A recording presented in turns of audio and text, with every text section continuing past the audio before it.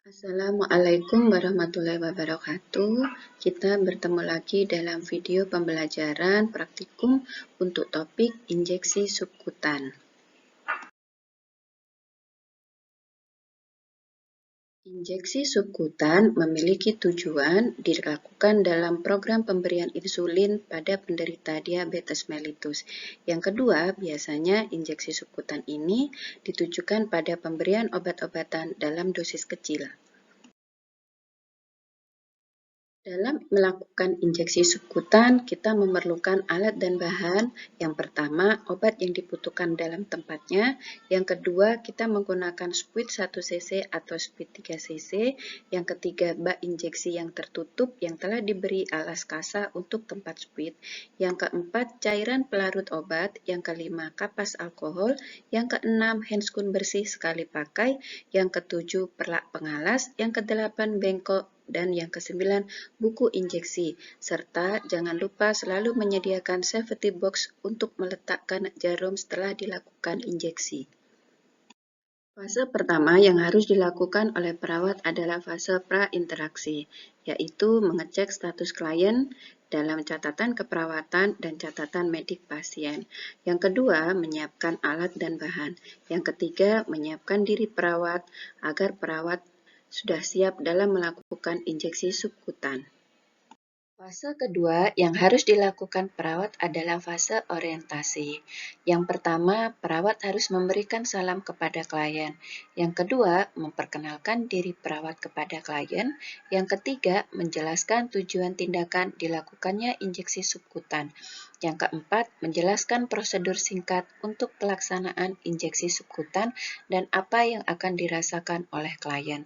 Yang kelima, menjaga privasi klien dengan menyiapkan lingkungan, misalnya menyiapkan posisi senyaman mungkin dan juga menutup sampiran. Sebelum memberikan obat ke pasien, pada fase kerja jangan lupa perawat menerapkan prinsip minimal 5 benar dalam pemberian obat. Yang pertama, kita harus benar pasien. Yang kedua, benar obat. Yang ketiga, benar dosis. Yang keempat, benar waktu pemberian. Dan yang kelima, benar rute pemberian. Kemudian kita akan melakukan cuci tangan sebelum kita mendekatkan alat ke pasien.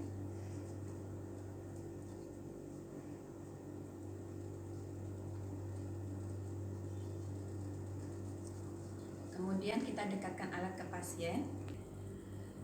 Setelah mendekatkan alat ke pasien, kita tentukan dulu area yang akan dilakukan penyuntikan. Pada penyuntikan subkutan itu bisa dilakukan di 3 area. Yang pertama di lengan atas, yaitu di atas otot deltoid. Kemudian ada di abdomen atau di atas perut. Dan yang ketiga ada di paha, tepatnya di vastus lateralis. Tindakan selanjutnya adalah memasang perlak atau pengalas. Permisi Pak, kita pasang pengalas di bawah bahu pasien. Setelah memasang perlak, kita mengenakan handscoon sebagai alat pelindung diri. Kemudian kita dekatkan near beacon atau bengkok di dekat pasien. Kita lakukan desinfeksi di area penyuntikan. Kali ini saya menggunakan penyuntikan di lengan atas atau di deltoid. Desinfeksi dengan arah memutar dari dalam keluar. Sebelum kita memberikan obat atau menyuntikkan spuit, kita stabilkan dulu area injeksi dengan cara mencubit kulit dari pasien dengan ibu jari dan jari telunjuk. Kemudian kita masukkan jarum dengan sudut 45 derajat. Karena sasaran kita adalah jaringan subkutaneus, jarum kurang lebih masuk sampai ke 3/4 dari batang jarum. Kemudian kita aspirasi terlebih dahulu.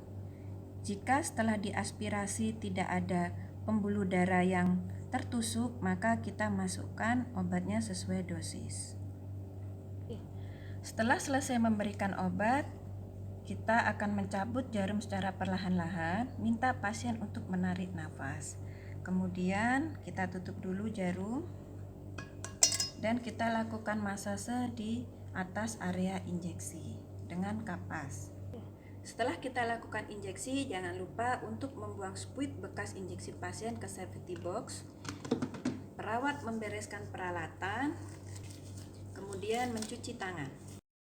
Fase keempat yang dilakukan oleh perawat pada injeksi subkutan adalah fase terminasi, yang itu pertama mengevaluasi perasaan klien setelah dilakukan injeksi subkutan, dua menyampaikan hasil prosedur setelah dilakukan injeksi subkutan, yang ketiga memberikan reinforcement sesuai dengan kemampuan klien selama tindakan injeksi subkutan, yang keempat melakukan kontrak waktu untuk tindakan selanjutnya, yang kelima mengakhiri kegiatan dengan memberikan salam dan berpamitan kepada klien. Dan yang terakhir, perawat harus merapikan lingkungan dan mengembalikan peralatan ke tempat yang semula. Fase terakhir untuk standar operasional prosedur ini adalah fase dokumentasi. Hal-hal yang harus dilakukan perawat pada fase dokumentasi adalah 1. Dokumentasikan hasil dari kegiatan injeksi subkutan. Yang kedua, perawat harus menuliskan tanggal dan waktu pelaksanaan injeksi subkutan. Yang ketiga, jangan lupa perawat menuliskan nama dan tanda tangan bagi perawat yang melakukan. Demikian untuk video pembelajaran praktikum pada injeksi subkutan. Semoga bermanfaat dan kami sampaikan terima kasih atas perhatiannya.